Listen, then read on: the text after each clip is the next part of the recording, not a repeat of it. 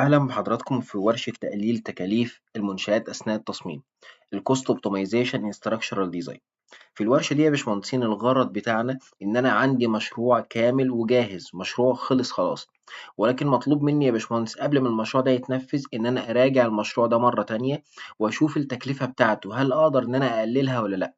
أشوف سمك البلاطات، أشوف سمك الأعمدة، أشوف سمك الكمرات، أشوف سمك اللبشة، أشوف الحديد التسليح اللي في كل العناصر دي، هل أنا كمهندس تصميم هاقدر أقلل القيم دي والّا لأ؟ طبقًا للكود، فأي قيمة طبعًا هاقدر إن أنا أقللها هاقللها، ولكن مع الحفاظ على التشيكات بتاعتي سواء على تصميم العزل، تصميم الشير، البانشنج، تشيكات الزلازل، تشيكات الsoil stresses وكمان البانشنج على الرفت. يبقى لازم يا باشمهندس عشان أقدر أقلل تكلفة أي منشأ لازم إن أنا هاقدر أقلل بقيمة معينة عشان النتائج في الآخر تكون مطابقة للكود وتكون كمان آمنة واقتصادية.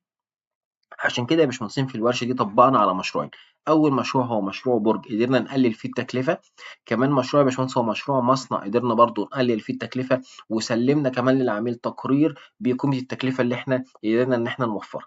بعد كده مجموعة من الإضافات كده ضفناها للكورس خاصة بالتشيكات الخاصة باللاترال لود، وكمان ازاي أقدر أعمل دي اكس اف، وكمان ازاي أتعامل مع الرفت. شكرا، سلام عليكم.